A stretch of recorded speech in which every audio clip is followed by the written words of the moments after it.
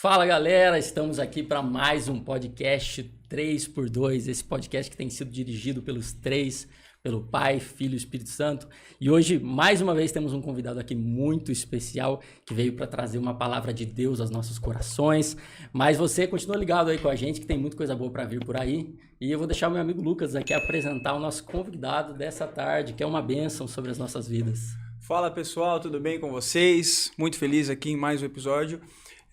Obrigado pela presença, pela participação, né, de todos vocês que têm nos ajudado a continuar com esse projeto lindo aí que Deus com certeza tem direcionado. E para hoje nós temos um convidado, como o Júnior já falou, muito especial. Ele que é casado com a Érica Gonçalves, pai do Alex Filho. Ele é formado em teologia no Instituto Teológico Moriá. Leva a palavra de Deus há mais de 20 anos para o Brasil e o mundo. E também ele é pastor-presidente na ADEMAI, lá no Japeri, no Rio de Janeiro. Recebemos aqui com muita alegria o pastor Alex Gonçalves. Seja muito bem-vindo. Obrigado, gente. Paz do Senhor Lucas, paz do Senhor Júnior. Que privilégio poder estar aqui, né? Já vimos, tentaram da outra vez, não deu certo, mas agora, graças a Deus, e para mim é uma honra poder estar com vocês aqui. A honra é toda nossa, a gente que vê ministrar palavras lindas lá na igreja e profundas. Até a minha cunhada tem iniciado aí nos cultos na nossa igreja, e ela me perguntou, como é que é o pregador dessa segunda de primeira? Daí eu falei assim, não, o homem tem umas mensagens, mas é profunda, tem hora que a gente tem que buscar na mente para ver o que ele está falando, qual é. Então é brabo demais. Tem que ficar conectado, se piscar. Mas muito obrigado por ter aceito esse convite, pastor. Como o senhor mesmo disse, não deu certo da outra vez, mas eu creio que Deus tem um propósito em tudo que ele faz. Verdade. E era para você estar aqui com a gente nesta tarde. Deixa eu abrir um parênteses aqui. Teve um dia que o senhor veio e ministrou uma palavra no Congresso Gratidão. Aquele dia lá, rapaz, deu um nó na minha cabeça, assim, eu fiquei assim, depois foi clareando tudo, eu falei, é diferente. Ainda bem que ele clareia as coisas pra gente. Porque, tipo assim, a gente ficou assim, nossa, cara, como é, né, daí foi encaixando, e ele falou, prestem muita atenção. E realmente foi sensacional. Eu costumo dizer, se não entender o início, não vai entender o final. Exatamente. Então já presta atenção. Dá uma bobeada ali, não pega alguma coisa no meio do caminho, já complica. Tem que correr atrás para se recuperar. Mas vamos lá. Para a gente dar início, pastor, eu gostaria que você contasse um pouquinho da tua história. Quem é o pastor Alex? De onde veio? É natural do Rio de Janeiro mesmo? De berço cristão? Você pode compartilhar um pouco com a gente aí a tua história, pastor? Eu sou natural do Rio de Janeiro, né? Nasci na cidade de Madureira, como diz no Rio de Janeiro, Carioca da Gema, né? Que nasce ali na capital. E me converti há 25 anos atrás. Quem, na verdade, me evangelizou foi minha namorada, que se tornou minha noiva, que hoje é minha esposa. Sou casado com ela há 22 anos, né? Como já disse o Lucas aí na apresentação, sou pai do Alex Filho, que tem 9 anos. Então, nós somos casados há 22, temos um filho de 9. Olha só. Pensa na espera. Pois é. Eu esperei um ano. Eu tô com, deixa eu fazer as contas aqui, 4 anos, indo para 5 anos de casado, já tô com 2. Embalado. Mas como você disse, Júnior, Deus não atrasa, né? Tudo vem no tempo dele, e ele veio valendo pelos anos passados também, e é o amor da nossa vida, né?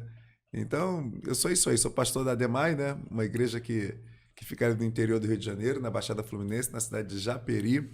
Tem um povo maravilhoso ali, fervoroso, pentecostal, que eu sou apaixonado por aquele povo. Eu costumo dizer que Deus me plantou ali. Ali é minha casa, ali é minha escola, ali é onde Deus me forma, ali é onde essas mensagens que eu prego em muitos lugares aí no Brasil, elas nascem ali, no estudo bíblico, nascem ali no discipulado, no aconselhamento de família, enfim. Ali eu não sou o pregador, ali eu sou o pastor, né? Então, um pouquinho da minha história é essa aí. Rio de Janeiro, pastor da ADEMAI, esposo da Érica e pai do Alex. Então você não tem um berço cristão, na verdade seus pais não eram cristãos? Não. Papai não era cristão, mamãe aceitou Jesus depois de mim, né? Graças a Deus por isso.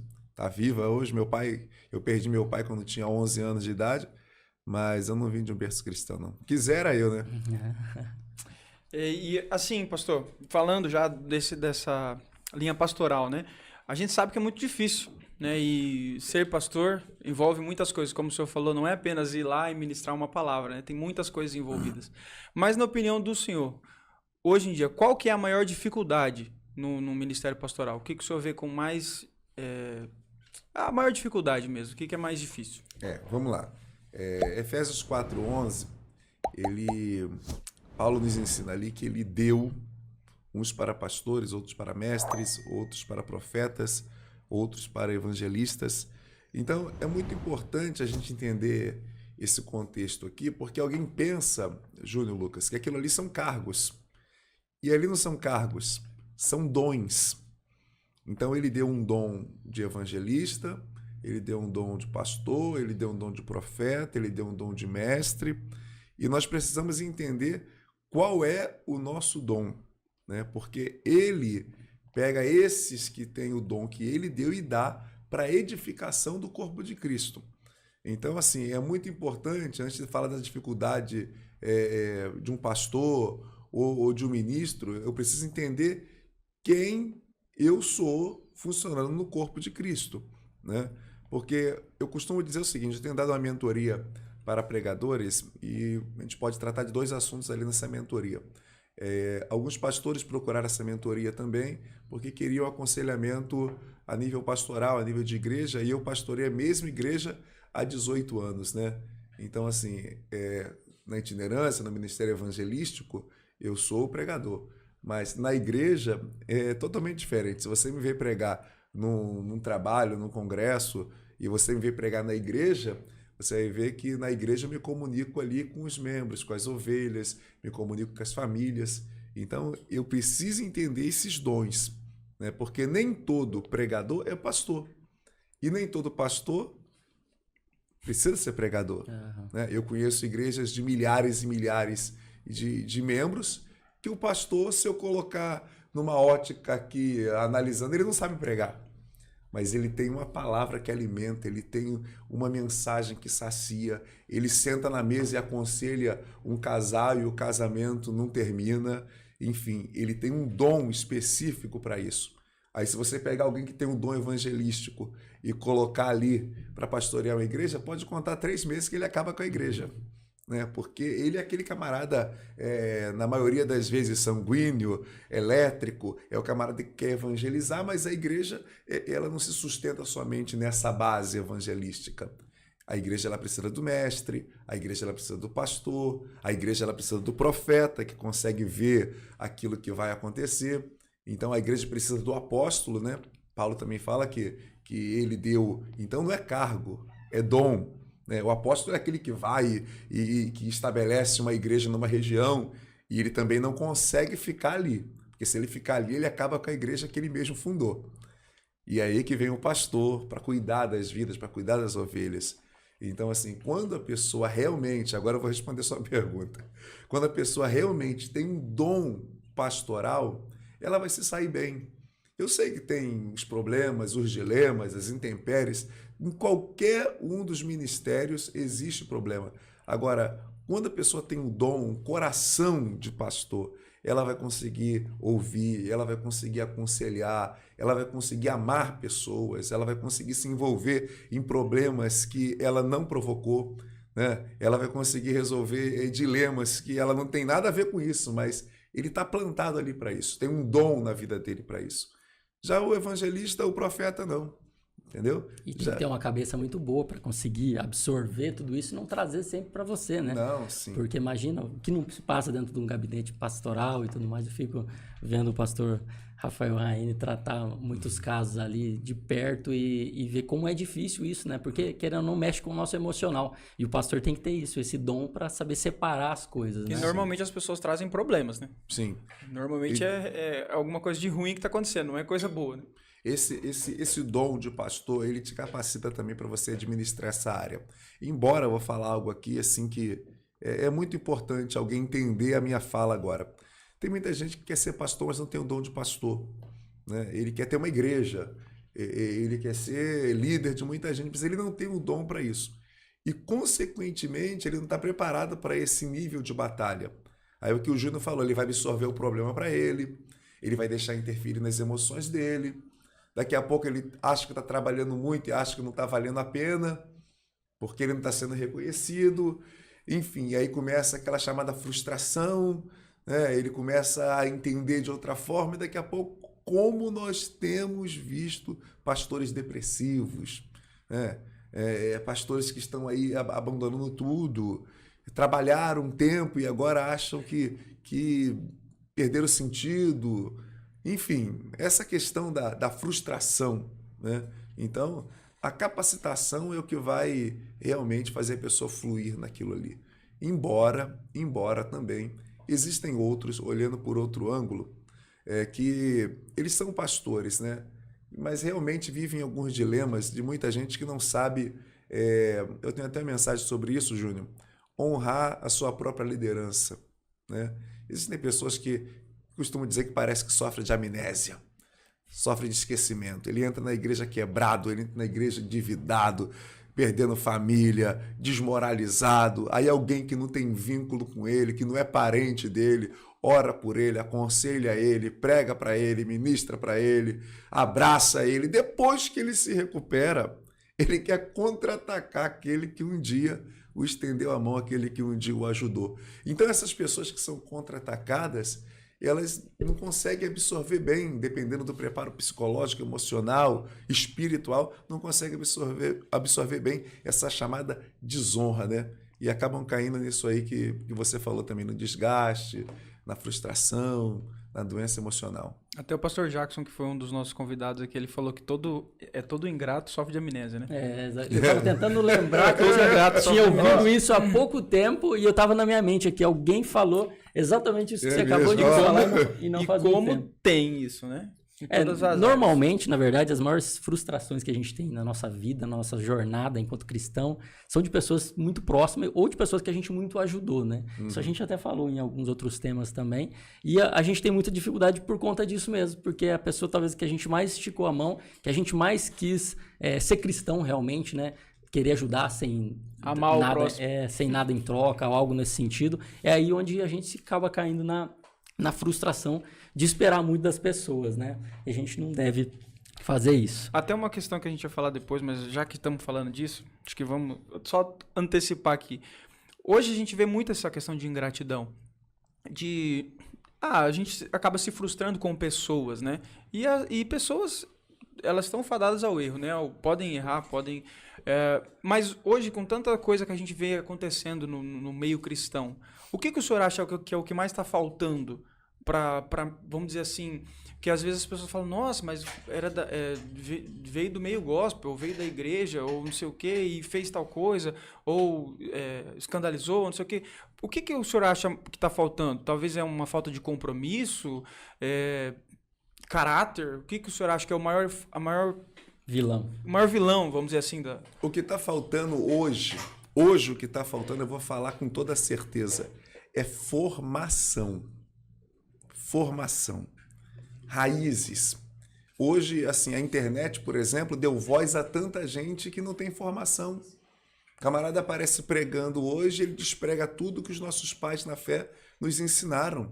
Gente que nunca experimentou o deserto, gente que nunca experimentou uma fornalha, gente que nunca foi na cova, hoje quer ensinar pra gente que traz as marcas do evangelho. Então, o que falta é formação. Aquela passagem de 2 Reis que diz assim, ó, e os filhos dos profetas disseram a Eliseu, o lugar que estamos é pequeno demais para nós. Então perceba que é os filhos dos profetas que foram formados pelo profeta Eliseu. Eliseu é profeta que foi formado através da vida de Elias, né? E Elias tinha um tratamento de choque com Eliseu, ele mandava Eliseu abandonar toda hora, vai embora, me deixa, né? E o Eliseu ali perseverando, servindo, não era fácil servir Elias, porque Elias era bipolar. Hoje ele estava bem, eu imagino o que Eliseu não passou para se formar profeta. Então Eliseu se forma profeta, Eliseu forma profetas, e os filhos desses profetas têm o mesmo sentimento de querer fazer a obra crescer. Então os filhos dos profetas disseram a Eliseu, o lugar que estamos é pequeno demais para nós, esse lugar está nos fazendo crescer, então nós temos que fazer esse lugar crescer. Perceba o sentimento já da terceira geração de profetas que estão ali envolvidos com a obra, que estão priorizando o reino, que respeitam a liderança de Eliseu, que respeitam princípios. No mesmo contexto, quando Eliseu diz assim, podem ir ao Jordão, um deles diz assim, o senhor não quer ir conosco? né? Nós precisamos da tua presença. Então, assim, quem quer a presença do líder por perto é porque não tem nada a esconder, né? Então, o que falta hoje? O que falta hoje é essa formação. Gente que não aprendeu com ninguém, gente que não foi formada em lugar nenhum, entendeu? Gente que nunca teve líder, gente que nunca teve pastor, gente que nunca serviu. Eu vou até melhorar. Gente que nunca varreu uma igreja, gente que nunca limpou um banheiro, gente que nunca recebeu na porta, gente que nunca abraçou ninguém, gente que nunca virou uma massa, gente que nunca trabalhou na cantina, gente que nunca carregou um galão de água para colocar no bebedouro. Essa gente aparece hoje e é a gente que está em destaque, né? Nada contra, mas por isso, ô Lucas, que está acontecendo tanto escândalo, é tanto problema, né? Porque essa gente não foi formada. Sem raiz. Não foi forjada no caráter, não foi confrontada, não foi corrigida, entendeu? É uma gente que não foi admoestada, uma gente que não foi ensinada, uma gente que não teve um líder para apontar o dedo para ele e dizer: tu tá errado, tu precisa melhorar aqui. Então, essa gente, ela não foi formada, essa gente surgiu. Então, a gente consegue ver o resultado dessa gente sem formação aí. E hoje. essa geração aí, se você apontar o dedo, ela... Tem um ditado que fala, vou tentar lembrar aqui mais ou menos o ditado, mas é que tempos difíceis criam pessoas fortes e tempos fáceis criam pessoas fracas, né? Porque é fácil, é mais ou menos isso que acontece, né? Vem uma geração que vem de um tempo fácil, pai trabalhou muito, mãe trabalhou muito, deu sustento, enfim, que seja também na área espiritual, de gente que buscava muito, ia para monte, orava o dia inteiro e assim por diante. E eles vêm com essa bagagem, só que não tem a estrutura nenhuma para resistir aos contra-ataques, né? E não tem bagagem nenhuma para a hora que precisa de alguma coisa diferente. Não tem aonde se apegar, né? É mais ou menos isso que, sintetizando o que você colocou, acho que é mais ou menos por aí. Eu falei uma palavra para esses dias, quando Adão e Eva perdem ali o contexto do jardim, né, que Deus os retira do jardim e agora eles não estão mais naquele ambiente de comunhão, aquele ambiente de relacionamento, aquele ambiente onde Deus era o provedor, onde eles tinham uma conversa com Deus todos os dias na viração do dia. Quando eles estão do lado de fora, eles vão gerar filhos. E esses filhos estão sendo gerados fora daquele contexto, fora daquele ambiente, fora daquele nível de relacionamento. Tanto que quando Caim mata Abel, o Senhor vem a ele e Deus está ajudando até o casal a criar os filhos aqui. Deus vem a Caim e diz assim, o pecado já está na tua porta. Faz o que é certo, né? Ele ouve o próprio Deus falar, mas ele não obedece a Deus. Essa gente que não obedece a Deus vai obedecer a liderança, né? Quando ele mata o irmão, o Senhor vem de novo e diz, onde é que está o teu irmão? Olha o que ele diz para Deus. Não estou falando de um pastor, não. Olha o que ele diz para Deus. Ele diz, eu sou guardador do meu irmão? Quem tem que saber é o Senhor, né? Agora, eu pergunto, será que ele não teria ali perdão? Será que Deus queria condená-lo? Né? Ele poderia, Senhor, pequei, errei, falhei, foi um momento aqui, acabei cometendo, claro, e ele iria ter a sentença, né? Ele iria ter a disciplina, mas não, ele preferiu fugir. Ele foi para outra terra. Ele preferiu se tornar, está na Bíblia essa palavra, não é uma palavra chula, ele preferiu se tornar um vagabundo, né? Fugindo. Então é melhor fugir do que assumir, né? É melhor ir embora do que realmente encarar. Enfrentar a consequência do ato. Enfrentar a consequência dos atos. Entendeu? Isso é forte. Show de bola. Mas, pastor, você que é um pastor itinerante, a gente vê que viaja o Brasil afora aí, eu tenho certeza que você deve ter alguma história muito engraçada ou alguma história muito marcante que você possa compartilhar com a gente, assim, que tenha ficado realmente marcado no teu coração. Tem tantas, né? É difícil procurar uma rápida agora aqui, mas, por exemplo, eu já fui muitas vezes no querido Marajó, né? E ali a gente entra naquelas lanchas e aquelas chama de rabetinha que tem só um motor atrás, e aí tu passa do lado de um jacaré e o pessoal que é oriundo dali mesmo não tá nem aí pro jacaré, fala, olha aí o jacaré, não, calma. Tá tudo sob controle. Então, assim, são coisas que agora há pouco tempo atrás eu fui pregar numa cidade do Marajó, né? E eu não me importo, né? O pessoal da minha agenda, tem agenda no Marajó. Não, pode ir que eu vou. Porque eu gosto desses ambientes, né? Eu gosto desses interiores e se ajunta uma massa muito grande ali, um pessoal adorador, a gente consegue encontrar pureza ainda, né? Independente de muita coisa que acontece em torno, né? O mundo espiritual é bem complexo nesses lugares que o evangelho ainda não conseguiu alcançar a maioria. Então eu fui pregar esses dias, cheguei, preguei à noite, eu tinha que voltar, que tinha que pegar um voo ainda em Belém. E aí na ida foi tranquilo, o barco era fechado, na volta era uma rabetinha e fui passar por dentro daquele rio, mas naquele dia o rio tava revolto. Eu sei que eu cheguei do outro lado com a roupa encharcada, o sapato encharcado, mas não é encharcado de pingô não, é encharcado de torcer a camisa, né? E porque o rio revolto e a água ia entrando para dentro do barco, né? Tinha um cantor comigo. Eu disse, meu Deus, eu vou morrer. Ai, Jesus, segura minha mão. Ainda bem que tinha acabado de sair do culto. Né? E aí eu fiquei bem quieto. Falei, eu vou entregar meu espírito para o Senhor, se caso isso virar. Mas são muitas histórias boas e, enfim, esses aviões pequenos também, né? Olha, é só Deus mesmo. Se Deus não guardar, ninguém mais guarda, né? Chacoalha, né? Parece que vai. Não, eu costumo dizer que se tiver um itinerante que não entrou nesses aviões ainda, que ainda não foi, por exemplo, lá no Marajó, se você não foi em Bagre, irmão, tu ainda não sabe o que é ser itinerante. Bagre? Bagre. É uma cidade isso? Onde que fica? No Marajó. No Marajó. Aí você pega aquele aviãozinho pequeno ali, até a Azul faz voo para lá, né? Esses dias não, ano passado. Ano passado eu peguei, era uma das últimas agendas do ano, era dezembro já. E aí você já está naquela expectativa de vou terminar, vou descansar pelo menos uns 10 dias. E aí eu fui numa das últimas agendas, desci ali em Belém, estou esperando a conexão.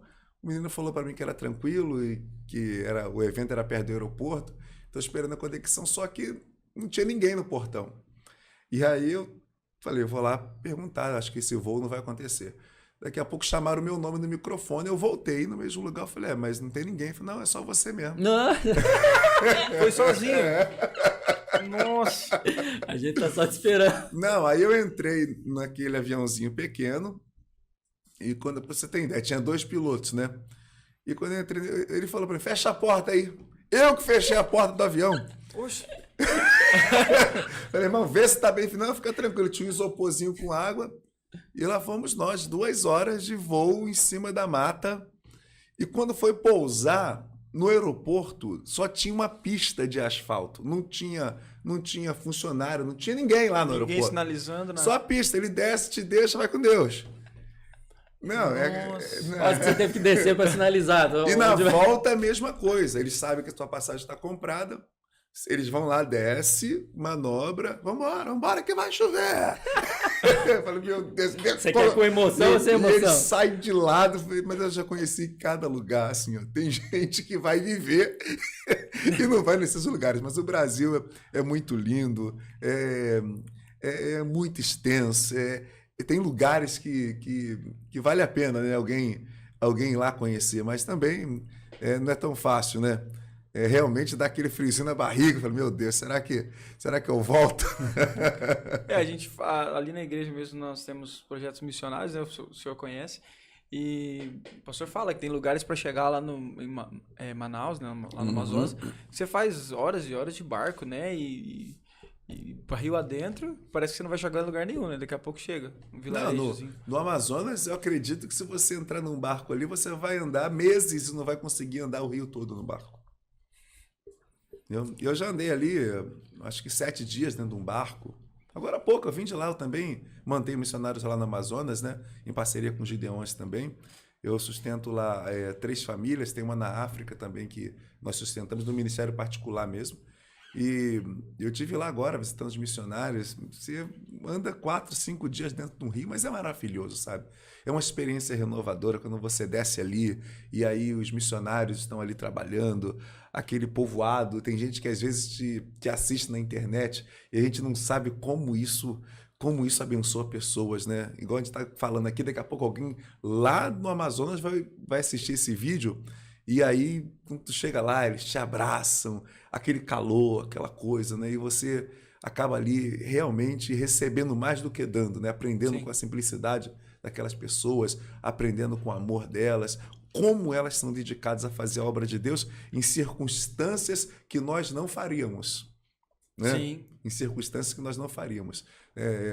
Teve uma congregação que eu estava pregando, e aí devia ter umas 30 pessoas na igreja, mas aquelas mosquitos voando, aquele besouro passando na minha frente e eu com o microfone.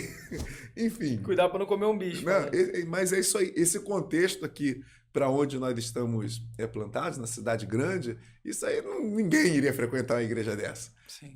Nem entende essa realidade, né? Não. E é tão bom vivenciar isso para ver a simplicidade, que ainda existe, né? Essa simplicidade, essa desconexão, às vezes, do mundo muito virtual, todo o tempo inteiro num celular, numa coisa ou outra. Lá, eu acredito que seja um pouco assim. A gente esteve no Vale de Jequitinhonha e eu pude ver isso nas pessoas, né? É realmente essa carência, essa necessidade de ouvir a palavra de Deus. E é tão bom hoje que, querendo ou não, um celular, tanto ele consegue nos aproximar dessas pessoas, às vezes, que talvez nunca escutariam a palavra de Deus, e hoje tem a oportunidade por meio das redes sociais, por meio, né, desse aparelho eletrônico. Só que ele também, muitas vezes, ele afasta quem está perto, né? Às vezes a gente está tão focado ali no nosso dia a dia, num celular, numa coisa ou outra, que às vezes a gente esquece de dar atenção para um filho, às vezes esquece de dar atenção para a esposa mesmo. Me perdoa, minha esposa, às vezes que eu cometi esse ato. Olha, já está pedindo desculpa aí antecipado. Fazendo uma moral. Fazer uma moral. E interessante que você falou isso, eu tava com isso na cabeça para falar. Né? Quando a gente tem a experiência de visitar lugares assim, parece que muita coisa, na verdade parece não, muita coisa tem que mudar na nossa cabeça. Sim. Porque a gente vê uma realidade que parece que é só em filme ou é só na TV, né? Sim. Porque nós fomos pro Vale de Jequitinhonha, nessa viagem ele não teve oportunidade de ir. E assim, o que a gente viu lá era uma coisa assim que eu não imaginava ver de perto. Eu vivi aquele momento, sabe? De casas que não tem um piso, que não tem teto, que não tem água, que o cara tem que buscar água a 50 metros da casa dele de balde, que tinha um cômodo com cobertura e o restante, não sei se nem dava para chamar de cômodo, que não tem o que comer, casas que tinham um copinho americano com metade de arroz e chuchu, e era isso que eles iam comer, e a gente chegou com uma cesta básica. Então, realmente, quem tem a oportunidade de ir, vá, porque é incrível, assim, a atmosfera, o ambiente, assim, a gente vê que realmente a gente está muito, muito bem. E a gente reclamando que o ar-condicionado da igreja não está gelando bem. Isso, que a cadeira não está boa. Ou quando não tem o ar, que daí é um ventilador, e o cara reclama. Se você vê a situação que as pessoas vivem nesses ambientes, e são felizes, né, pastor? Não reclamam, são gratas, né? Não, teve uma situação lá no Vale do Jequitinhonha, inclusive, que me tocou demais. A gente foi levar uma cesta básica para um rapaz, deve ter seus 30, 32 anos mais ou menos, e a casa é exatamente isso, não tinha nada dentro e assim por diante.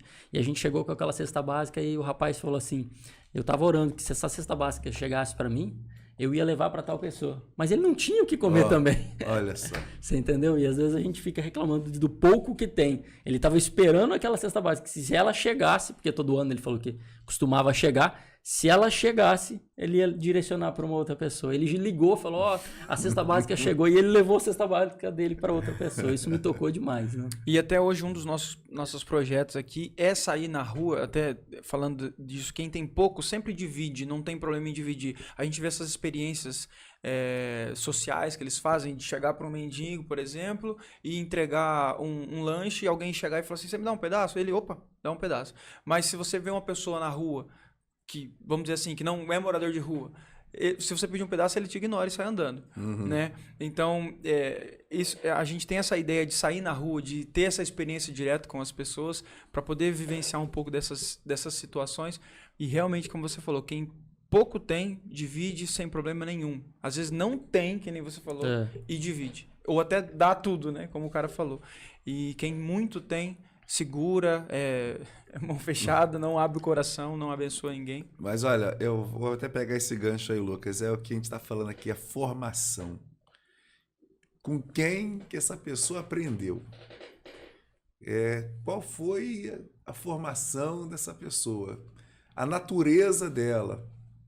Então, essas pessoas que são formadas assim, a gente pode transicionar isso para a igreja também, são pessoas assim, com esse coração. porque nunca se depararam com essa realidade que nós estamos tratando aqui. Eu conheço Jequitinhonha, minha primeira viagem missionária, quando eu estava no seminário ainda, foi no Jequitinhonha. E ali é um lugar muito necessitado, né? A gente deixa até o apelo aí para mais igrejas visitarem o Jequitinhonha, ajudar aquele povo lá, né? A gente precisa ter esse coração, essa boa natureza, né? Ser ensinado, que ensinemos nossos filhos assim, né? Eu sou pai do Alex, filho, como eu falei para vocês. O Alex, às vezes, graças a Deus, eu percebi que ele já começou a entender de tanto eu ensinar. Se ele tem um pacote de biscoito e chega o colega, divide o biscoito, dá o biscoito, né? Enfim, se está comendo um doce, dá um pedaço do doce. E começa assim. Quando ele for adulto, ele vai saber repartir. Ele vai ter a empatia de sentir a dor do próximo também. A semente está sendo plantada. Né? Sim, não, começa... Parece simples, né? Não, começa do berço. Começa do berço. Essas pessoas que não têm limite, essas pessoas que não respeitam pai, não respeitam mãe, essas pessoas rebeldes dentro de casa. Infelizmente, eu tenho que falar isso, são os marginais do futuro. São os bandidos do futuro. Eu prego em cadeias, né? Não com tanta constância agora por conta do meu, mas já preguei muito. Já visitei muitos presídios e a maioria que tem lá é gente que, filho de crente, pergunta o nome de um é Mateus, o nome do outro é Davi, né? O nome do outro é José, é Bartolomeu, é Elias. A maioria é filho de crente. Só que eles não conseguiram colocar o limite, entendeu? Não conseguiram ensinar. E a Bíblia é a Bíblia. Ensina e ele não vai se desviar. Então, a correção é necessária, a conversa é necessária. O não, ele resolve muita coisa. Né? E essa geração de pais de hoje tem que entender que essa geração de filhos precisa ser moldada, precisa ser tratada, precisa ser confrontada, né? Eu acredito que eu digo mais não para o meu filho do que sim. Embora tem vezes que eu possa dar o sim, mas eu digo não para poder ensinar ele algumas coisas. Entendeu? Então, assim, é bom dar o sim, mas o não é mais importante. E é bom que você dando um não, ele se desperta a conquistar o seu sim, né? Sim. Ele vai ter que se mexer. Normalmente, os pais hoje em dia, infelizmente, o só do sim tem a facilidade do momento, mas e depois, né? Depois se torna um marginal, se torna aquela pessoa que ninguém consegue segurar. Por quê? Porque nunca teve um não na vida, né? Isso é muito complicado na nossa geração. E como o senhor falou de raízes, né? O caráter ele é formado, os estudos dizem que até os 7 anos, né? Uhum, então é desde pequeno, né? Desde pequeno. Não, é que a gente está tratando aqui desde pequeno. Uma metáfora rapidinha aqui, eu gasto 1 minuto, só para a gente não perder essa viagem. Está acontecendo uma inundação e aquele escorpião está ali se afogando, vem um cisne, e o escorpião diz, me salva, e o cisne diz, não, se eu te salvar, você vai me inserir o veneno, você vai me picar. Não, que é isso, você vai me salvar e eu vou te picar. E o escorpião insistiu, o cisne disse, então sobe aqui. E aí o escorpião subiu no cisne, e o cisne tirou ele daquela inundação, onde ele estava morrendo. Quando chegou nas margens, que ele viu a possibilidade dele descer em terra seca, ele picou o cisne e inseriu o veneno. E o cisne disse, eu te socorri, por que você está fazendo isso comigo? Eu tirei você ia morrer. E o escorpião disse, desculpa, mas é a minha natureza. Forte demais. Pronto. Isso é forte demais. É interessante que na sequência eu ia falar uma coisa que vai fazer todo sentido agora. Eu vi nas suas redes sociais, no Instagram, um vídeo que você faz um alerta e você frisa esse alerta, inclusive, para pessoas que às vezes estão à nossa volta, que fingem às vezes se alegrar com o nosso sucesso, né? Fingem estar junto realmente com a gente, mas muitas vezes, na verdade, não. São pessoas às vezes que estão perto ou para se aproveitar de algum momento, ou, enfim, para alguma coisa, ou para nos fazer mal realmente. E você faz esse alerta que, na verdade, a gente deve deixar essas pessoas. E às vezes a gente, por empatia ou algo do sentido, a gente quer trazer para perto, não quer se desfazer de uma amizade ou algo assim. Então eu achei muito interessante aquele seu alerta, você foi muito cirúrgico ao fazê-lo. Queria que você comentasse isso. Nós vivemos muito, Júnior, o ser humano ele é muita emoção. É claro que a emoção é muito importante, né? É bom viver na emoção, mas a gente tem que entender a nossa razão. Existem pessoas que não fazem parte do plano de Deus em nossas vidas. E a gente tem que ter esse discernimento. Elas se aproximam porque elas têm um interesse, o coração delas não tem uma aliança conosco, né? Na verdade, elas são pessoas que às vezes querem só ter o que você tem ou lhe usar para alcançar alguma coisa que elas precisam. E a gente tem que ter esse discernimento. Quem faz parte do meu propósito? Quem faz parte do plano de Deus na minha vida? Porque senão a nossa emoção vai querer ajudar todo mundo, né? O ser humano, ele tem uma tendência muito grande a se tornar salvador, né? E salvador já existe um, que é Jesus. Então, se deixar, a gente quer ajudar todo mundo. Só que de vez em quando a gente tenta ajudar a gente que não é para ajudar, a gente deixa a gente estar perto que não é para estar, né? Só que uma base aqui, só para a gente entender. Quando Deus olhou para Abraão e disse assim: sai da tua terra, da tua parentela, e vai para a terra que eu te mostrarei. Chega em determinado momento da vida de Abraão que ele para de crescer. Ele fala: Senhor, por que eu parei de crescer? E o Senhor diz: é porque tem um detalhe que você não obedeceu. Ah, mas é só um detalhe. É só um detalhe que te fez parar de crescer. O lugar que você está é pequeno demais para vocês dois. Então era para você continuar crescendo, mas tem um detalhe que não deixa você crescer. Enquanto você não obedecer na íntegra, enquanto você não retirar de perto de você quem eu não permiti estar, tua vida está travada. Até que ele vai liberar o Ló e ele volta a crescer. Então, assim, a gente tem que ter esse discernimento, né? E parar de insistir em deixar pessoas que Deus já está sinalizando há muito tempo. Entendeu? Deus já está sinalizando, já era para ter saído e a gente está tentando. Ah, não, eu gosto, eu sou crente. E como ter, pastor, esse discernimento, assim, às claras? Ô, Júnior, tem até um meme que o pessoal coloca aí. Sinais vão acontecer. Haverá sinais. É verdade. Às vezes a gente não se atenta, mas tem, né? Isso é verdade, isso é verdade. Mas sempre tem. A gente, às vezes, é aquela conversinha no canto ali, uma fala mal colocada, uma resposta atravessada. São coisinhas que vão acontecendo e que, se a gente estiver atento realmente nesses sinais, muitas vezes a gente fala assim: ah, mas é fulano, acho que foi só um mal entendido. E às vezes não é. Às vezes é um sinal, né? É que a gente tem que aprender a parar de ouvir palavras e ouvir o coração. As atitudes falam também. Entendeu? De vez em quando, igual eu falei nesse vídeo que você assistiu, você cresce e é fácil você ler o coração de quem está se alegrando com você.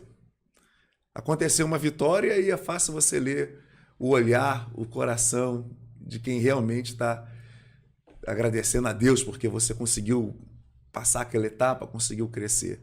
E facilmente também você consegue ver o esboço de quem não se alegrou com aquilo ali.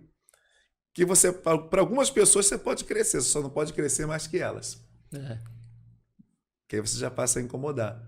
Entendeu? Então, assim, existem boas conexões, existem bons relacionamentos, tem muita gente boa, tem muita gente de coração. Eu tenho amigos verdadeiros, eu tenho gente que eu converso, que eu abraço, que eu não preciso ter nenhuma defesa, gente que eu sou quem eu sou e fico bem tranquilo porque eu sei que essas pessoas realmente têm uma aliança no coração comigo, né? Deus, ele nos dá pessoas assim, e essas pessoas são extremamente necessárias em nossas vidas, mas muito facilmente você consegue identificar alguns sinais de pessoas que só estão próximas ali, e na hora que você não for mais interessante, na hora que você não mais tiver o que elas precisam, elas vão te abandonar. É verdade. Aí começam a fazer sentido os sinais, às vezes, que a gente deixa Aí passar. você começa a lembrar: por isso que aconteceu tal coisa. Olha, eu vivi um momento em 2014, vou gastar 30 segundos falando isso aqui. Opa, fica à vontade. Eu fiquei doente em 2014, né? Tive que passar por uma cirurgia. Acredito eu que foi por causa dessas comidas que você come uma coisa aqui, come uma outra coisa lá, e eu ainda estava um pouco inexperiente, né? Na itinerância, e aí acabei ficando doente e tive que fazer uma cirurgia, mas eu fui à beira da morte. Meu filho estava para nascer, minha esposa estava grávida, e nesse ano de 2014 eu havia pregoado uma mensagem lá em Camboriú, e talvez foi a mensagem que o pessoal mais conheceu, porque foi o vídeo que mais viralizou, que eu falei sobre o testemunho de um mendigo. E todo mundo, quando eu chego ainda em alguns lugares, muita gente, né? Muita gente fala: o testemunho é aquele testemunho de 2014. 10 anos depois o pessoal fala, aquele vídeo viralizou muito. E a consequência daquele vídeo foi que a minha agenda ficou hiperlotada, não tinha mais tempo para nada. E só que nesse momento desse ápice, eu fiquei doente. E fiquei impossibilitado de atender essas agendas. E aí eu comecei a ver o contra-ataque de gente que me queria para poder estar no evento, e essa gente agora me contra-atacando, achando que eu não queria ir, que eu estava ignorando o evento. E aí eu precisei ficar um tempo me preparando para aquela cirurgia que eu ia fazer. Sei que eu fiquei aí uns 6 meses sem poder, sem força física, por causa das dores que eram muito intensas, sem poder pregar, sem poder sequer sair de casa, sem poder levantar. Eu fiquei 6 meses sem aparecer em lugar nenhum. Foi o suficiente para ficar eu e minha esposa e mais uns 2 ou 3 verdadeiros amigos. É nesses momentos que a gente vê, né? 6 meses foi o suficiente para acabar com praticamente quase tudo. Mas eu também tenho certeza que o senhor entende que foi bom por um lado, né? Porque Deus, eu vivi momentos também na minha vida que Deus tirou muitas pessoas e que na hora eu falava, poxa, mas por que se afastou de mim, né? Por que eu achei que era... Mas que bom, foi um livramento. Deus tira, né? Uhum. Deus limpa. Sim. Né? Tem muita gente que na nossa vida não é para ficar mesmo. Sim. Né? E às vezes é livramento, né? Na hora a gente não entende ali isso. A gente conhece mas quem nada quem, melhor do que o tempo, né? O tempo prova isso, né? Quem são os amigos, quem realmente está com a gente. Mas, pastor, para dar sequência aqui, um personagem bíblico que te inspira, assim, que te chama a atenção realmente. Eliseu. Talvez já até tocamos nele. Talvez as minhas melhores mensagens, eu tenho muitas mensagens sobre Eliseu, né? Então Eliseu me inspira muito. Ele abre mão daquilo que ele faz para ir em busca daquilo que ele deseja, né? Ele é capaz de abandonar o trabalho, e eu me identifico muito com ele. Não estou falando para ninguém abandonar trabalho, não, gente. Mas assim, eu abri mão do trabalho numa pseudo-loucura de ser pregador, e deu certo, né? Amém. Queimei os carros de boi. Eliseu é o que serve a Elias. Tem etapas da vida de Eliseu, eu falo isso aqui em 1 minuto. Ele serve a Elias em Gilgal, lugar de aliança. Ele faz aliança com Elias servindo. Ele serve a Elias em Betel, casa de Deus. Ele é o homem da igreja, ele é aquele que serve na igreja. Ele serve a Elias em Jericó. Jericó é lugar das ruínas, lugar das muralhas, lugar do obstáculo, mas nesse lugar ele está ali servindo. Ele serve no Jordão, que é o lugar de descidas, né? Ele desce com Elias. Ele não está com Elias só quando Elias está em alta, ele está com Elias quando Elias está em baixa, quando tem que descer, entrar nas turbulências. Então Eliseu é aquele servo, aquele discípulo, aquele merecedor da capa, né? É o merecedor da unção. Então Eliseu talvez seja o personagem bíblico que mais me inspira. A palavra que sai da boca de Eliseu tem uma mensagem, ela muda a história de alguém, né? Aquela viúva que vai até Eliseu diz, meu marido teu servo, ele dá norte, ele dá direção. Aquela fome que bateu em Samaria e todo mundo está dizendo que todo mundo vai passar fome, o rei quer matar o Eliseu. Eliseu diz, eu tenho uma palavra, amanhã acaba com isso tudo, amanhã tem provisão na porta da cidade, tem comida para quem quiser comer, fica tranquilo. Eliseu é aquele que dá norte para o rei de Israel. Israel não cai mais em ciladas por causa de Eliseu. Eliseu fala, não vai por aqui, tem uma cilada ali. Então assim, a inspiração, como pregador, eu tenho Eliseu. Eliseu, e demais. Falamos da Bíblia, agora eu quero saber dos dias de hoje, ou mais recente, uma inspiração do senhor, de, não sei, pregador, né, um nome aí que o senhor admira muito. Vamos lá, minha geração, eu sou de 25 anos atrás, então eu comecei a me inspirar há 20 anos atrás, né? Eu não posso ser injusto, né? Tem que ser justo com aqueles que realmente trabalharam na minha geração, né? Vamos lá, vou começar com o Marco Feliciano, Gilmar Santos, Napoleão Falcão, Gilvan Rodrigues, Luiz Antônio da Luz, Idecaso Takayama, tem mais. Tem mais. Muitos nomes. Muita gente que trabalhou bastante para Deus e nos inspirou, né? E, na verdade, essa geração de pregadores de 20 anos para cá, se alguém não citar esses nomes aí, eu vou falar que ele está com um problema, porque foram esses que realmente... Formadores, né? Não existiam tantos pregadores. Não existiam tantos pregadores, né? Eu estava esse dia no aeroporto com o pastor Gilvan e eu fiquei olhando a força daquele senhor, né? E é itinerante ainda. E carrega fogo. Carrega brasa. E ele falando, Alex, eu preguei nos primeiros, não sei se foi o segundo ou terceiro congresso dos Gideões. Você vê, tinha 2, 3 pregadores. Estou falando de um congresso que o pessoal conhece, né? Enfim, então essa gente veio inspirando a ponto de formar muitos pregadores. Muitos pregadores. Então, não só aqueles que hoje talvez estão em evidência, mas eu ando aí pelo Brasil, eu conheço gente que prega demais. Tem muitos pregadores que o Brasil ainda não conhece, mas ainda vai conhecer. Gente que já está aí incendiando tudo, ganhando alma para Cristo, trabalhando para Deus com sinceridade, e o Brasil vai conhecer esses ainda. E o senhor citou Gideões, eu ia perguntar, mas acabei esquecendo. Como que foi ministrar lá a primeira vez? Faz quantos anos que o senhor ministrou lá a primeira vez? Eu ministrei a primeira vez em 2013. Foi muito difícil, muito nervoso? Como que é? Como que é a sensação? Porque eu imagino que deve ser complicado. Então, na verdade, foi um sonho realizado ali, né? Eu assistia muito pela televisão, o pastor Cizino com aquela mão assim, ó.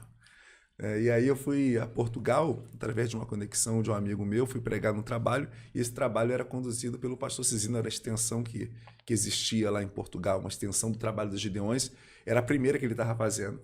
E aí, na época, eu cheguei lá, e já cheguei na hora do almoço, ele estava na mesa, aí pensa na tremedeira. E ele não me conhecia, eu também conhecia ele somente dos vídeos, né? Daquelas fitas VHS. E aí, naquele dia ali, eu falei, Deus, o Senhor me usa hoje, o Senhor não me usa nunca mais. E aí, aquele culto foi uma bênção. E Deus foi tão gracioso que o pregador do outro dia não pôde viajar, e eu preguei de novo. E aí, no outro dia, ele gostou tanto que me fez pregar de novo. Sei que eu fui pregar um dia, preguei 4. Olha só. E foi lá que ele me convidou para poder pregar em 2013. Isso foi no ano de 2012, lá em Portugal. E aí, na volta, eu tinha ido dar um passeio com ele, segurava aquela bolsinha dele, né? E aí ele me convidou para poder pregar em 2013 lá. Assim, eu costumo dizer que o Gideões é um lugar que projetou muita gente. Hoje está sendo um trabalho feito com muita seriedade também, né? Na verdade, eu nunca vi assim nada que desabonasse a conduta dos Gideões, mas pregadores que passaram por ali que trouxeram escândalos, né? Mas a instituição, ela sempre sustentou missionários, ela sempre fez a obra de Deus, sempre foi uma referência. O congresso sempre renovou a vida de milhares de pessoas. Mas respondendo a pergunta aqui do Lucas, eu cheguei ali em 2013 com aquele friozinho na barriga, né? Mas a gente tem que pensar assim, se não for hoje, não é nunca mais. Eu não vou me arrepender depois que eu tiver falado ali, que eu podia ter falado melhor, não. Vai ser agora, irmão. Vai ou vai? E aí você manifesta o propósito. Ó, vou até deixar um trechozinho aqui. Quando Jesus ele ia para a cruz, ele mandou passar em Samaria para poder alguém preparar ali o ambiente para ele ficar, né, e tal. E aí, quando os discípulos vão para preparar o lugar, os samaritanos olham para o rosto dos discípulos e dizem, vocês não podem ficar aqui porque vocês vão para Jerusalém. Eles não falaram nada, mas o rosto deles mostrava que eles iam para Jerusalém. E Jesus, quando manifestou o propósito de ir à cruz, todos sabiam que ele ia para Jerusalém. Sem falar nada, a tua face já manifesta para onde você vai, né? Como Moisés teve com Deus no monte, quando ele desceu, a face resplandecia. Então, a sua face revela com quem você esteve, a sua face revela para onde você está indo. Então, nessas horas difíceis, é hora de você manifestar o propósito na sua face e dizer, eu vou para cima. E todo mundo tem que ver que você não está ali para... Não está sozinho. Manifesta o propósito, coloca a face, que é aquilo ali que é necessário, e para cima. Porque imagina a responsabilidade, né? O peso ali, o nervosismo, né? Porque é muito sério, né? A responsabilidade do altar, né? Eu falo assim que eu trabalhei muito tempo em palcos, mas cantar, estar no altar é totalmente diferente. Você pega o microfone, você fica nervoso, você treme, a respiração atrapalha, tanta coisa pela responsabilidade mesmo, né? E até ontem nós estávamos falando sobre isso, que no mundo era tão tranquilo, a gente estava em casa, estava à vontade. Mas até hoje, vou ministrar uma canção nova, aquela preocupação com a letra, sabe? Mas aos pouquinhos eu fico imaginando por que eu perguntei isso, porque eu tenho muita dificuldade. Quando eu vou em alguma igreja, ou quando eu vou ministrar, tipo quando o Rafa tá do lado ali, a gente vai ministrar, já fica meio tenso, né? Como é que é pra você, Juninho? Porque o Juninho, quando vai ministrar, no dia de ministrar... É tremedeira do começo ao fim, na verdade. Não dorme. Eu começo a falar pra mim mesmo assim, essa oportunidade você não vai ter nunca mais, tem que ser agora. Então, eu já começo a ministrar pra mim mesmo.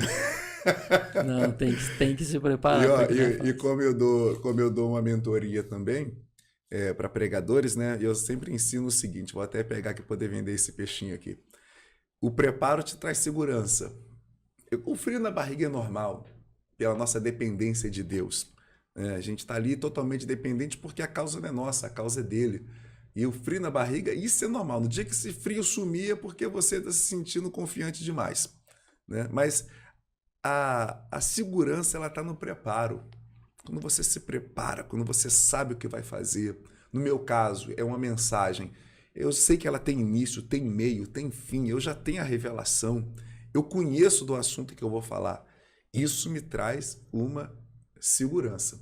Qualquer púlpito hoje dá, com muita gente ou com pouca gente, dá um friozinho na barriga nos primeiros 30 segundos ali, mas depois você manifesta o propósito e ninguém te segura mais, irmão. Tu fica desconhecido. O pastor foi modesto, 30 segundos? Não, no caso dele. Levou 30 segundos. Dele. Mas realmente faz todo sentido. Quando você sabe o que você vai falar, mesmo que você dá uma perdida ali, mas você tem... O momento inicial talvez seja o momento mais difícil. Eu digo os 30 segundos que tu pega o microfone, tu sente o som, tu sente o ambiente, tu cumprimenta as pessoas.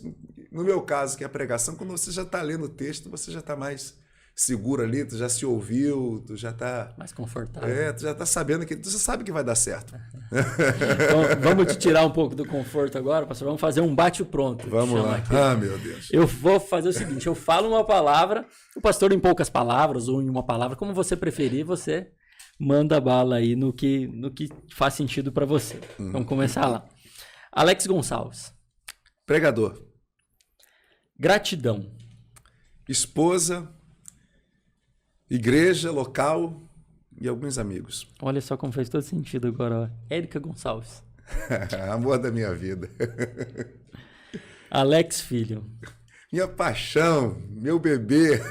Bebezão de 9 anos já. Vai estar com 20, vai continuar sendo. Vai continuar sendo bebezão. Ministério.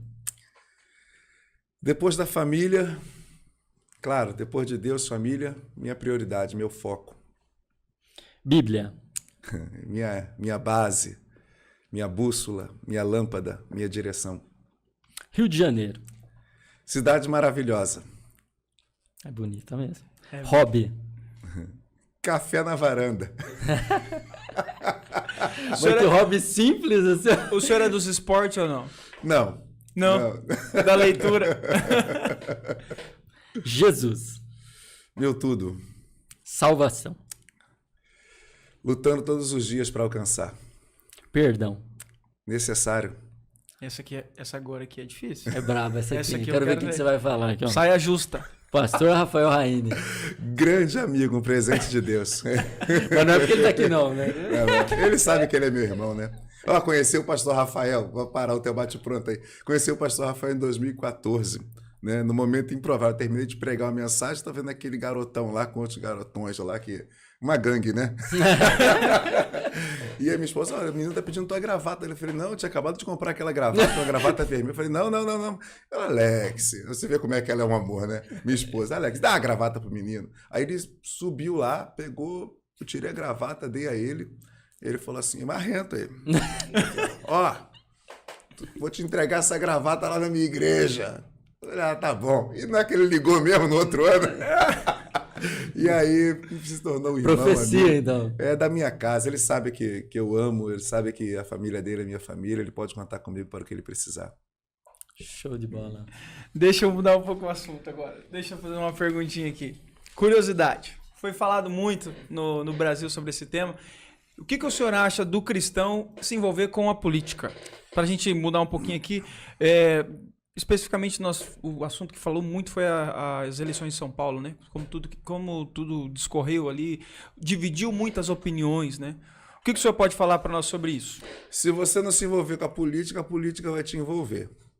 Nós vivemos política, né? O preço do arroz do mercado, política. A água que sai da torneira, política. O valor da energia elétrica, política. Escola dos filhos, política. A ideologia que você respeita, política. Então não tem como. Não tem como. Se você não gosta de política, você vai ser governado por quem gosta. E esse que gosta, talvez, é uma pessoa que você não está de acordo com os princípios dela. Então, a política, ela é necessária e o cristão tem que se envolver com a política, tem que influenciar a política, sim. Até teve um convidado nosso que falou sobre isso, que onde o cristão se afastou, outras pessoas foram tomando espaço. E aí, automaticamente, a gente foi perdendo, né? Foi perdendo o controle daquilo, ou, vamos dizer assim, a voz naquele assunto, e aí acabou virando de cabeça. A política acho que é um dos exemplos mais claros que a gente tem dentro disso. Até tem alguns cristãos lá, mas eu acho que eles são consumidos porque é a sujeira da política no Brasil, né? Mas eu acredito que a gente tem que se envolver cada vez mais. E temos nomes bons que estão vindo por aí para poder influenciar essa geração, mudar esse contexto, né? Nós tivemos agora eleições para prefeitos e como a gente viu que houve mudanças já, né? Então a gente tem um futuro aí pela frente que eu acredito que possa ser um pouco melhor, pelo menos para a nossa região, né? Para essas prefeituras que agora vão estar sofrendo algumas mudanças. Sim, não, um ambiente corrupto ele não vai corromper ninguém, na verdade ele vai revelar quem já é corrupto. Né? Então é o que nós tratamos aqui no início, é essa natureza da pessoa, né? Essa natureza. Se a pessoa tem uma boa natureza, ela vai ver essa caneca aqui e vai entender que essa caneca não pertence a ela. Agora, se ela não tem princípios, ela vai pegar essa caneca para ela, porque ela não tem limites, ela tem uma natureza ruim. Então a gente tem que colocar, tem gente boa, tem gente de caráter. O mundo não tem só pessoas ruins, tem gente de caráter, tem gente que pode nos representar muito bem. Existem bons representantes na política hoje, né? E a igreja ela não pode se tornar essa massa de manobra de alguém que chega, de alguém que agora, não, é isso aqui. Não, a igreja ela tem que ter uma consciência, ela tem que ter um ensinamento político também. Deveria se falar mais de política nos púlpitos, né? Porque se você olhar a Bíblia fala de política. Vamos lá, os reis, era outro sistema, José, Davi. Se não existisse alguém para pleitear o corpo de Jesus, José de Arimateia, senador, a igreja precisa dessas influências, entendeu? De gente que realmente vai lá e ajuda o corpo de Cristo. A igreja, como órgão espiritual, ela não precisa de ajuda. As portas do inferno não prevalecem. Mas a igreja, como corpo físico, ela precisa de influência. Ela precisa de representantes. Entendeu? E a política é essa esfera onde precisa se trabalhar para a gente poder ter os nossos direitos. Para ninguém oprimir a gente, tirar aquilo que realmente é direito nosso, de adorar a Deus, de fazer cultos. É porque o Brasil, muita gente não conhece os sistemas de outros países, dos cristãos que são perseguidos. Política. Começou aos pouquinhos, né? É isso. Onde o evangelho não pode ser pregado, política. Entendeu? E já começou a rumores, já aconteceu algumas coisas desse nível aqui no Brasil. É porque, na verdade, as pessoas começam a colocar tudo no mesmo saco, né? Tipo, todo político é corrupto. Mas tem gente boa, como o senhor falou, né? Sim. Tem gente boa. E a gente precisa, eu penso que quanto mais representantes dos nossos valores e princípios, melhor, né? Isso mesmo. Mas, pastor, nós vamos agradecer aqui os nossos patrocinadores. Enquanto isso, eu gostaria que você pensasse uma mensagem top para deixar para o nosso pessoal aí de casa. Aquela uma braba mesmo, que o pessoal vai ter que se retorcer lá os neurônios para entender. Mas acredito que vai ser bênção. Começar aqui a agradecer ao nosso amigo da Personalizar Toledo, que é o meu xará júnior, por essas calecas maravilhosas que nós temos aqui, são eles que confeccionam, mas eles confeccionam também mais de 500 opções de brinde para você que precisa, para sua empresa, para presentear talvez os seus colaboradores, os seus fornecedores. Chama Personalizar Toledo lá que eles vão atender vocês da melhor forma e olha só, o preço deles é extraordinário e eles atendem o Brasil inteiro. Mais de 20 mil clientes atendidos. Brabo satisfeitos. Os caras são bons. Falar também do nosso amigo Serginho, lá da Mundial Auto Center. Esse você conhece, né, pastor? Esse é gente boa. E você que precisa aí dar um talento no seu carro, parte de suspensão, balanceamento, alinhamento, pneus, freios. Eles mexem com uma variedade de serviços. E a loja do homem tá parecendo um shopping center agora, você viu? Tá linda. Coisa mais linda, coisa mais Muito linda. bonito, amplo, limpo. Isso é uma coisa que me chama muita atenção. E você pode tomar um cafezinho lá enquanto o teu carro vai estar lá arrumando. Não, mas eu falo assim, a área de serviço assim, ó, não, também. limpo, nem parece uma oficina. É incrível. Então, também. se você que precisa de um serviço de qualidade, preço bom, passa lá e fala com o Serginho. Procura eles lá. Smalltech, soluções tributárias para você que busca empresário, às vezes não sabe quando está tendo lucratividade no teu ramo de atuação. Procura Smalltech Soluções Tributárias, que tem mais de 13 anos de experiência no assunto. Tanto no fiscal quanto no tributário, pode procurar a Débora e o Flávio lá, que eles com certeza vão ajudar você. Isso aí. Também falar do projeto Profilu. Para você, pai, mãe, que quer matricular a sua filha, é um projeto voltado para meninas. Você quer matricular ela num esporte totalmente delicado, aí é uma mistura de ginástica com balé, é muito bacana, eu tenho certeza que sua filha vai gostar muito. É em parceria com a Escola Adventista, então vai estar passando o número aqui para vocês. É só entrar em contato com a Luana e agendar uma aula experimental. Vai ser muito legal e tenho certeza que sua filha vai curtir e vai aproveitar muito. E para fechar isso tudo, com chave de ouro, a melhor pizza da cidade, pizza do Rafa. Você procurando alguma coisa para se alimentar enquanto assiste esse podcast maravilhoso aí, chama lá Pizza do Rafa, os melhores ingredientes com um preço espetacular. Pode procurar lá que o Rafa com certeza vai te dar um bom atendimento e a pizza chega rapidinho. E não podemos esquecer também, né, do nosso amigo Rodrigo, aqui nos estúdios UpX. O nosso editor, João Guedin, muito obrigado pela força, pelo apoio. E ao nosso pastor, a presença do nosso pastor Rafael Raine também. Que faz toda essa ponte aí, ajuda a gente a trazer nossos convidados, abençoa o nosso projeto desde o começo, esteve com a gente. Muito obrigado, pastor, por estar dando esse suporte para nós, que é super importante. Já agradecer a presença, que foi top demais te receber aqui. Pastor Alex Gonçalves, que vai deixar uma mensagem para vocês nesse momento. É contigo, pastor. Vamos lá. Segundo aos Coríntios 3:13, olha o que diz a Bíblia. É Paulo dizendo: não somos como Moisés, que se cobria com um véu sobre a face para que os filhos de Israel não observassem que o resplendor em seu rosto estava se dissipando. Moisés, ele estava na presença de Deus e ele absorvia a glória de Deus e a glória de Deus ficava entranhada sobre o seu rosto. Então, quando Moisés descia, todos percebiam que o rosto de Moisés estava resplandecendo. E Moisés, depois que falava com o povo com o rosto resplandecendo, ele punha um véu sobre o rosto. E alguém pensava, Moisés está colocando um véu sobre o rosto porque nós não estamos conseguindo olhar para a sua face que está brilhando demais. Mas Paulo está dizendo assim, nós não devemos ser como Moisés, que punha um véu sobre o rosto, porque o que estava nele era transitório e estava se dissipando. Então entenda que Moisés colocava o véu sobre o rosto, não é porque o povo não conseguia olhar para o brilho, o povo não conseguia encarar o brilho, não era isso. Moisés estava colocando um véu sobre o rosto para que o povo não percebesse que aquilo que estava nele estava se esvaindo. E se ele quisesse aquilo novamente, ele tinha que voltar à presença de Deus para absorver novamente, para poder voltar novamente e falar novamente com o rosto brilhando. Então, o meu conselho aqui, nesse podcast, com essa palavra é: não vamos esconder o nosso rosto. Temos que voltar diante de Deus e absorver para que possamos pregar o Evangelho sempre com cara limpa, sempre mostrando o que realmente somos, sempre mostrando o que realmente temos, sempre refletindo a glória de Deus. Esse véu não pode estar mais sobre o nosso rosto, na verdade, essa capa não pode estar mais sobre nossas vidas. Se nós queremos a glória de Deus, nós só vamos conseguir essa glória buscando ao Senhor, gastando tempo com Ele, entrando no quarto, conversando com Ele, investindo tempo na presença dEle, para que não precisemos disfarçar o nosso rosto, ministrassem a glória, falassem a glória e tentar mostrar que ainda temos a glória quando essa glória já se foi. Deus está levantando uma geração nesse tempo que realmente revela a sua glória, que não usa de mecanismo, que não precisa de disfarces e nem aparatos. Deus está levantando uma gente que realmente está na presença dele, investe tempo com ele, e aquilo que acontece em público já aconteceu em secreto. Então, a minha palavra para essa geração, nesse podcast, esse pessoal que está nos ouvindo aí, que Deus abençoe a todos, vamos tirar o véu e vamos refletir realmente a glória de Deus. Amém, amém. Forte Amém, demais. amém.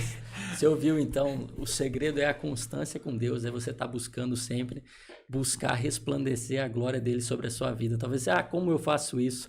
Não sei, talvez indo numa igreja, talvez abrindo a sua Bíblia todos os dias, tendo um momento de devocional com Deus, mas o importante é você estar sempre na presença dele, pedindo para que ele venha comandar, assim como nós pedimos aqui no nosso 3x2, que é o Pai, o Filho e o Espírito Santo, guiando esse projeto, guiando a nossa vida. Então... Mais uma vez, muito obrigado, pastor. Foi eu que agradeço. Recebê-lo. Sempre que eu estiver por aqui, se puder me dar uma oportunidade. Mas já está convidado outra vez. Muito obrigado. É isso que eu ia falar. Quando o senhor voltasse, volta aqui pra gente participar aqui com a gente. Vai ser uma benção, como foi esse episódio. Muito obrigado a todos vocês que nos acompanharam mais uma vez. Quero pedir aqui que vocês compartilhem esse vídeo, mandem para o maior número de pessoas. Nos sigam também nas redes sociais, vai estar passando aqui para vocês, Instagram, se inscreva no canal aqui no YouTube, ativa o sininho, as notificações, que também isso é muito importante. Isso aí, galera. Continua aí compartilhando nossos vídeos, mandando pro pessoal, curtindo, e começa a seguir o pastor Alex Gonçalves, se você não segue ainda também. Uma bênção Por favor. na minha vida, e tenho certeza que vai ser na sua também. Né? E vai ser aqui no podcast também. Gente, e também lembrando que vai ter conteúdo diferente. Em breve nós vamos conseguir se organizar. A gente está com mais uma criança em casa, pouco tempo, então nós estamos se organizando, mas em breve a gente vai ter alguns materiais diferentes, aí, gravações de conteúdo diferente, mas tudo para a honra e para a glória do Senhor Jesus, porque aqui não é 1 por 1, é 3x2. Deus abençoe, grande abraço.